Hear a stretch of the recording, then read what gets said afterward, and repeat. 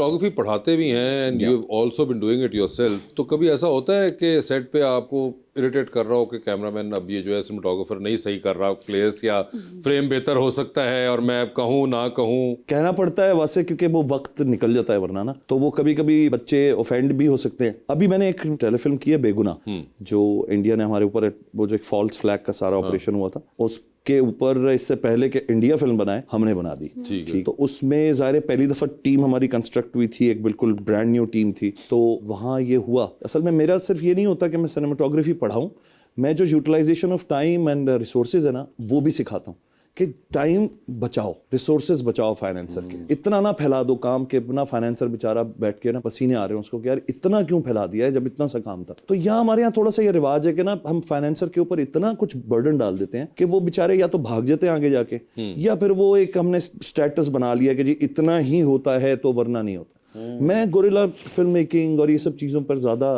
Training देता हूँ कि यार जल्दी करना सीखो, कम रिसोर्सेज में, कम लाइट्स में उतना ही आप परफॉर्मेंस निकाल सकते हो।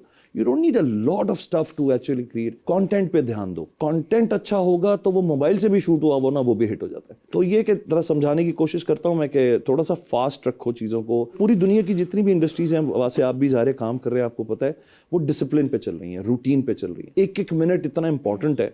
हमारे यहाँ wastage of time and wastage of resources मैं देखता हूँ बहुत होती हैं, उस चीज़ पे मेरी स्टडी है। मगर वैसे ये डिसिप्लिन की जो आपने बात की, डू यू थिंक के एक्टर साइड से भी डिसिप्लिन उतना कीनली फॉलो हो रहा होता है या नहीं ऑन सेट्स? वैसे मुझे लगता है there are categories, there are people. देखें आज के जो नए बच्चे भी आ रहे हैं ना, वो भी वो बड़े ऑन टाइम आ रहे। तो ये हम ये नहीं कह सकते कि जी आज के जो लड़के लड़कियां हैं उन्होंने जी बहुत खराब किया। नहीं, तो पिछले वालों में भी आपको नजर आता है टाइम का जो डिसिप्लिन नहीं है वो नहीं है, जिसमें नहीं है वो नहीं है, और जिसमें है वो है जी। तो ये किसी जनरेशन पे आप नहीं डाल सकते, क्योंकि अब जो मैं लड़के लड़कियां देख रहा हूँ, they are fantastic, they come on set on time, they are constantly reading the scripts, they want to make a mark in the industry. तो वो जब सीनियर्स के सामने सीन कर रहे होते हैं, मैं देखता हूँ वो ज्यादा एंजाइटी में होते हैं कि यार एक सीनियर एक्टर मेरे साथ अक्सर हो रहा होता है। तो ये होता है, मैं देखता हूँ कि इफ्तिखार भाई इतनी मेहनत कर रहे हैं कि हम लोग नहीं कर रहे होते इतनी, बट जब वो सामने आते हैं ना, so well prepared for the shot. तो मुझे लगता है कि यार यही प्रोफेशनलिज्म है जो उनको लेकर आगे चल रहा है। और आप देखिए इन बच्चों ने आके इस वाले दौर की इंडस्ट्री को संभाल लिया। आपकी नजर में कौन बेस्ट एक्टर कौन है इस वक्त जो लड़कों में? बॉस मुझे लगता है कि रेंज है, सिर्फ एक बंदा नहीं है, एक बंदा तो नहीं बता सकेंगे, मगर जो आपको कोई फेवरेट्स हो आपके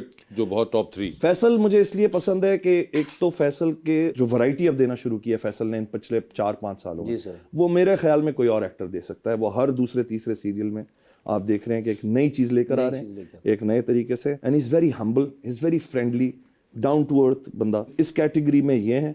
बाकी नीचे मुझे अली रजा मुझे बहुत पसंद है, वेरी स्वीट गाय, बहुत अच्छा बच्चा है, बहुत मेहनती लड़का है। और भी बहुत सारे हैं, खुशहाल अच्छा है, फरोज बहुत अच्छा है। किसी फनकार दे नाल तुसी काम कर रहे थे, तन्नू अच्छा ना लग रहा, दिल कर रहा था मैं फ्लैंक के मार दूं। ख्याल तो बहुत दफा आया होगा, लेकिन नाम नहीं बताएंगे आपको। या तो आपको खबर ही आएगी डायरेक्ट के मार दी। जी मैडम। अस्सलाम वालेकुम, मैं जमीला अशरफ हूँ।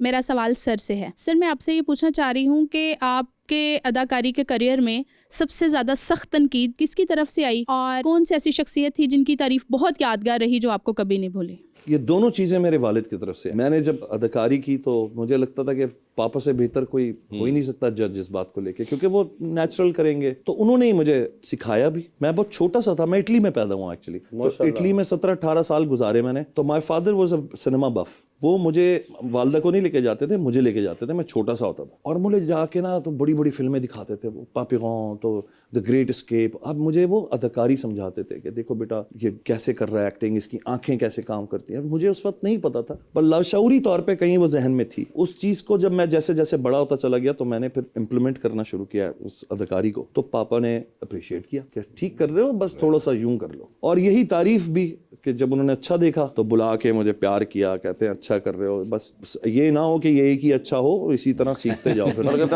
होंगे वो फिल्में विखाइयां जो काम आईयां ना सर, ऐसे ही है जी।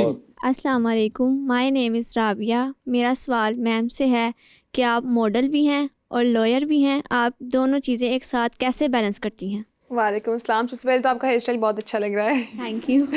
मॉडलिंग तो मुझे शौक था, ठीक है, और लॉ मैंने कर लिया अब, तो मुझे साथ साथ लेके चलना इतना प्रॉब्लम नहीं होता है। Some day suit and some day shoot, कि कुछ दिन जो है वो अदालत के लिए और कुछ दिन मेरे शूट्स के लिए ये वैसे बड़ा इंटरेस्टिंग इन्होंने अपने लिए बनाया हुआ है, some days sue and some days shoot. Shoot. अच्छा, हमारे यहाँ पे होता है some days shoot and some days शू।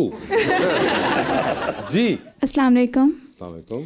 मेरा नाम आयशा नूर है। मेरा नाम बासित चौधरी है। बताएं आयशा। मेरा सवाल सर से है, जी, जी। एज अ डायरेक्टर आपके नज़दीक स्टोरी अहम है या कास्ट? स्टोरी अहम है या कास्ट? मुझे लगता है ये दोनों चीज़ें बेटा आपस में रिलेट करती हैं। अगर अच्छी स्टोरी को अच्छी कास्ट बयान नहीं कर पाती और उसको वो सीरियस नहीं लेते, कभी कभी एक्टर्स आते हैं सेट पे बहुत अच्छी कहानी को बस वो ये सोच के गुजार रहे होते हैं यार बस 8 घंटे गुजारो शूट पे चले जाओ, तो उसका रिजल्ट फिर वही आता है। और अगर थोड़ी सी भी कमज़ोर कहानी हो और अदाकार अच्छा हो, वो कहीं ना कहीं अपने स्पाइसेस डाल के ना वो जो मिसिंग लिंक्स होते हैं वो अपनी अदाकारी से भी ठीक कर लेता है। तो मुझे लगता है कि इन दोनों की आपस में कोलैबोरेशन बड़ी ज़रूरी है और साथ में एक डायरेक्टर का उन दोनों चीज़ों को ब्रिज करना, इन दोनों को कनेक्ट रखना बड़ा ज़रूरी है। जी मैडम। अस्सलाम वालेकुम, माय नेम इज़ अरूज। मेरा सवाल मैम से है कि जब इंटरनेट या वाईफाई चला जाता है तो आपका इन्फ्लुएंसर कहाँ जाता है? वैसे ये अच्छा सवाल है। हाँ जी, उस वक्त इन्फ्लुएंस कैसे कर रही होती हैं? फिर उस टाइम मैं कुछ और कर लेती हूँ, जैसा सिर्फ कि? जिंदगी में इन्फ्लुएंसिंग नहीं है। इन्फ्लुएंसिंग मेरी लाइफ का आई थिंक 20% है। Okay. मेरी लाइफ में और बहुत कुछ है करने को, जैसे कि वकालत हो गई, मेरी फ्रेंड्स है, मेरी मम्मा है, मेरी फैमिली है। तो मेरी लाइफ में वो सिर्फ काम है और बहुत कम है। बहुत कम। गुड। ये बहुत अच्छा बैलेंस है। जी, अस्सलाम वालेकुम, मेरा नाम ज़ैनब है। मेरा मैम आपसे ये क्वेश्चन है, आप ज़्यादा मेहनत शूट पे करती हैं, सेल्फी का कैप्शन सोचने पर करती हैं? आई थिंक कैप्शन सोचने में बहुत मेहनत होती है।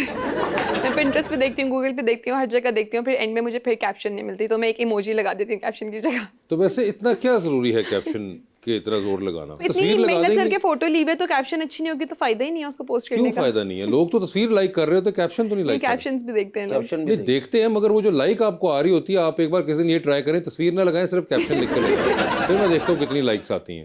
ठीक है, ये भी ट्राई कर लेंगे। हाँ, तो आपको पता चलेगा कि वो तस्वीरों के पीछे जा रहे होते हैं, रिटन कंटेंट के ऊपर एक एडिशनल वो एक बस वो कर देते हैं। सर वैसे आपने क्यों नहीं ब्लू टिक भी नहीं लिया हुआ इंस्टाग्राम पे और आपने अपना ऑफिशियल भी नहीं किया हुआ? हाँ सर, ये क्या बात हुई? हम तो मानते नहीं है कि आप पैदा हुए हैं। आप हुए हैं ही नहीं, ये क्या बात हुई?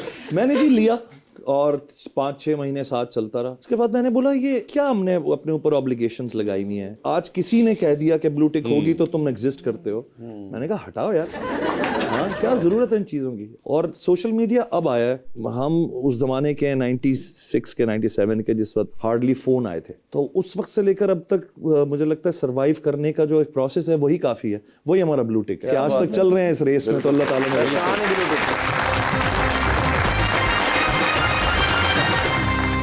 Welcome back. जी, अस्सलाम वालेकुम, मेरा नाम अमन है। सर मेरा सवाल आपसे है, आप विलन का किरदार अदा करते हैं, लेकिन क्या रियल लाइफ में भी लोग आपसे डरते हैं? हाँ जी, लोग समझते हैं मैं सुबह उठते ही ना पहले तो अपने कुक को 4 छुरियां मार के नाश्ता बना और वो उन छोरियों से मरता नहीं है। फिर वो नाश्ता बनाता। मासी जैसे ही जनाब अपना काम करके जाती है तो मैं उसकी गर्दन काट देता हूँ।